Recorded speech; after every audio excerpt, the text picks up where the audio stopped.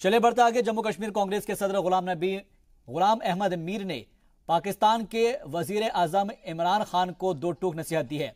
उन्होंने कहा है कि हमारे आर्मी के जवानों के मारे जाने पर हमें भी दुख होता है और इसके साथ ही बेगुनाह सिविलियंस का पाकिस्तानी गोलीबारी में मारा जाना और भी ज्यादा अफसोसनाक है।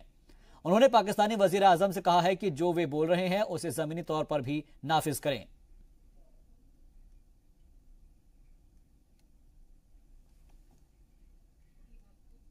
हम कह रहे हैं कि इमरान खान को भी पूरी दुनिया ने और 100 रियासत जम्मू कश्मीर के लोग, हिंदुस्तान के लोग, यही तो उनसे भी कहते हैं कि जो आप लफ्ज़ों से कह रहे हो उसको अमली तौर पर ग्राउंड पर भी दिखाओ। अगर ग्राउंड पर एक सिचुएशन है और ज़बानी तौर पर आप मतलब अच्छे बातें करके अपना PR बढ़ा रहे हो, उससे तो हमारा काम नहीं चला ना। आज जिन घरों में घूम के आया, जिनके औलाद गुजरे हैं या जिन औलादों के माँ बाप गुजरे हैं, वो तो यतीम हो गए ना सारी उम्र के लिए। तो इस चीज़ का इलाज कहीं ना कहीं बैठ के और अमली तौर पर दोनों मुल्कों को करना